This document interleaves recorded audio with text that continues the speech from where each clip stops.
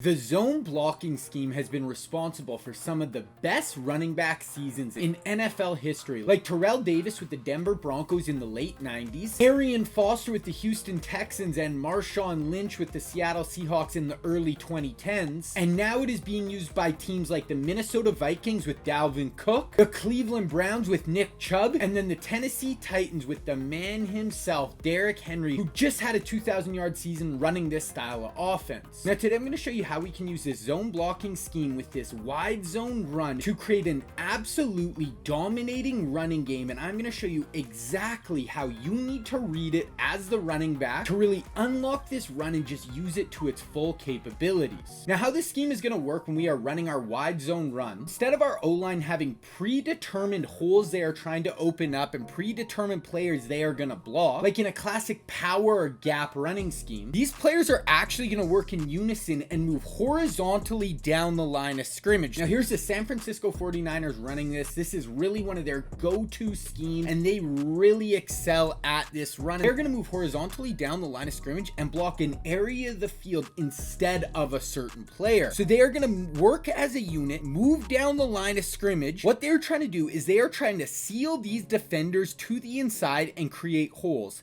And if they're unable to seal this guy to the edge, they're just going to try to wash them down the line of scrimmage and create cutback lanes. We're also going to have a ton of double team blocks like right here, and as soon as this player finishes his double team, he's going to work to the next level and pick up a linebacker. So they're going to double team there, then this player is going to pick this next player up moving down the line of scrimmage. We see another double team block on the outside here, and then on the backside they actually want to get to the inside and wall these players off, or they want to get to the next level and cut the linebackers, cut the defensive linemen, and just really limit the flow of the defense. So right here, this is a great job of everyone working in unison, getting up the field, double teaming, getting to the next level, cutting off on the backside, and they're able to spring the running back for a huge gain. We are going to be continuing my wide zone offensive scheme out of the LA Rams playbook, and we are going to be in the formation bunch X nas, and we will be focusing on the run wide zone weak. But anything I go over today, you guys can implement in any offense you guys are running, where you are going to be running an outside zone, a stretch, a wide zone run. Now I've already released the intro video for this scheme where I really break down what makes this whole offense so good and how we can implement it in Madden, and I'll link that down in the description below. You should definitely check it out after this video. And I have broken down all the other runs that we are going to use in this bunch X nasty. We break down all the motions and audibles for this scheme, and I actually broke that down on my membership page, and I have a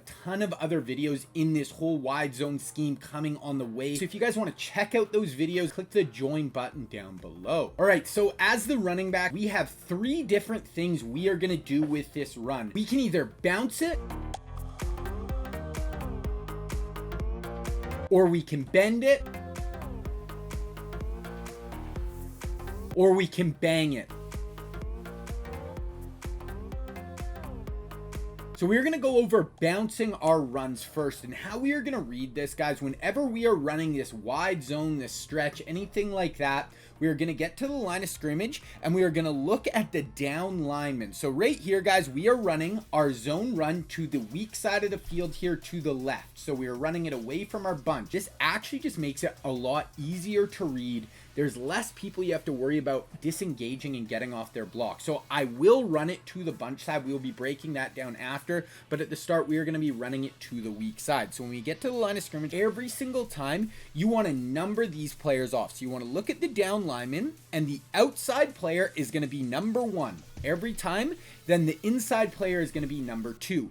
And those are the two players we are reading on every one of these runs. It doesn't matter if this guy was lined up way outside and this guy's here, or this guy's way inside and this guy's here. The two down linemen, or if this guy's inside and the linebacker is down on the line of scrimmage, you just want to take the 1 and 2 on the line of scrimmage. You are going to number those off. Now we are always going to read number 1 first. And what we are going to do, guys, is if this player gets reached, and what we mean by that is, let's run this up a little bit, is when our block, so he actually widens out right here. So watch right here, guys. We're going to read our O-line, And if this player, we are reading number 1 here, if this player gets outside of him and hooks him onto the inside, if he reaches him and turns his shoulders like this, that is going to let us know as the running back, see how his shoulders are turned. We are going to bounce this run to the outside. So let's rewind it back. So as our running back, guys, we are always going to take our first few steps. We are going to aim for the outside first. So right when we snap the ball, we want to aim for the outside of our tackle. So we're going to take this ball and we're going to aim right here, and we're going to read number 1. Like I just said, we see he is actually hooked. So if we see him turn, hook him, get him upfield, he's reaching him. Now that is going to let us know we are going to bounce this to the outside. Now that player is going to disengage. He actually does a great job of getting to the second level and taking the linebacker, and we're able to get upfield for a nice 6 to 7 yard gain. So that was bounce. Now we're going to look at bend. So here, number 1 is way more to the outside, but he's still going to be number 1. And then number 2 is going to be right here. So you're going to number it the same way. We're going to read 1 to 2. So we're going to snap the ball. We're still going to keep our path. We really want to push this run to the outside. We want to get the whole flow of the defense going towards this stretch. That is really going to, open things up on the backside, and that's what we're going to get to. So right here, we're going to read number 1. Now number 1 gets way more upfield, and our player isn't actually able to turn him and reach and, open that outside. So now we're going to look to number 2. So number 1 gets upfield. Now we're looking to number 2 on this side of the field.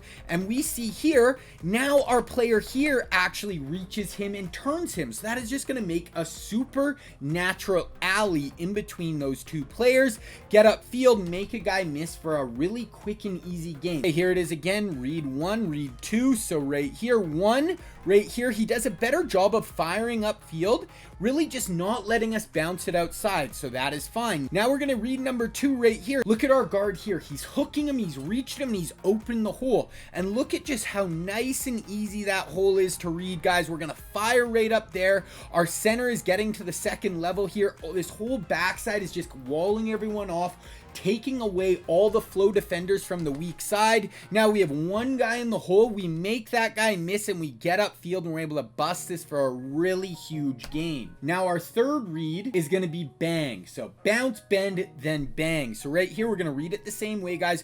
1 to 2. Even though this player's on the line of scrimmage and in, we're still going to read 1 to 2 right here. Number it off in your head, and we're going to look at these players right away. So we're going to snap the ball right here. We're going to look to 1. 1 does a good job. See how he turns his shoulders and gets upfield. That is going to take away the bounce. Then we look here. This player actually does a good job of kind of closing off that hole. So now 1 is not letting us get outside for the bounce. Number 2 isn't letting us, cut in between for the bend. So now we're going to bang it up the middle. And look at this backside, guys. We do a great job of just cutting everyone off, getting everyone on the ground, not letting the linebackers flow from the backside. Our center walls this player off. And now we're able to bang this up on the inside, meet a safety in the hole, and we're able to gain 10 yards. So this one, guys, on our stretch, sometimes we'll motion this player out. I'm going to go over that in our bootleg video, but right here, we're still going to read this the same way. We're going to read 1 to 2 right here. Read 1. Here we go. 1 gets, a good job of firing upfield.